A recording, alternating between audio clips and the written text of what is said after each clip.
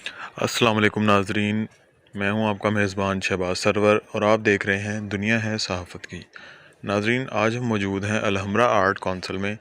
यहाँ पे the trust Lahore school की जानिब से आर्ट इवेंट ऑर्गेनाइज़ किया गया है। यहाँ पे मुख्तलिफ़ बच्चों ने इस आर्ट इवेंट में हिस्सा लिया है।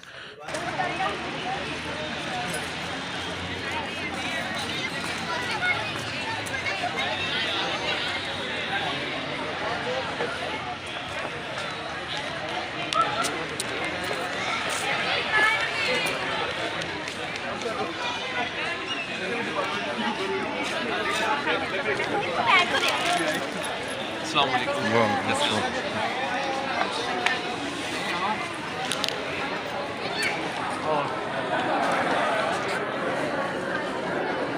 नाजरीन, जैसा कि हम देख सकते हैं कि बच्चों ने यहाँ पे मुख्तलिफ़ रंगों के और मुख्तलिफ़ तरीक़ों के आर्ट डिज़ाइंस और आर्ट की चीज़ें जो हैं तैयार की हुई हैं। यहाँ पे रंगारंग तकरीब हो रही है, जिसमें आप देख सकते हैं कि बच्चे जो हैं वो भी शरीक हैं और बच्चों के साथ उनके उस्ताज़ा जो हैं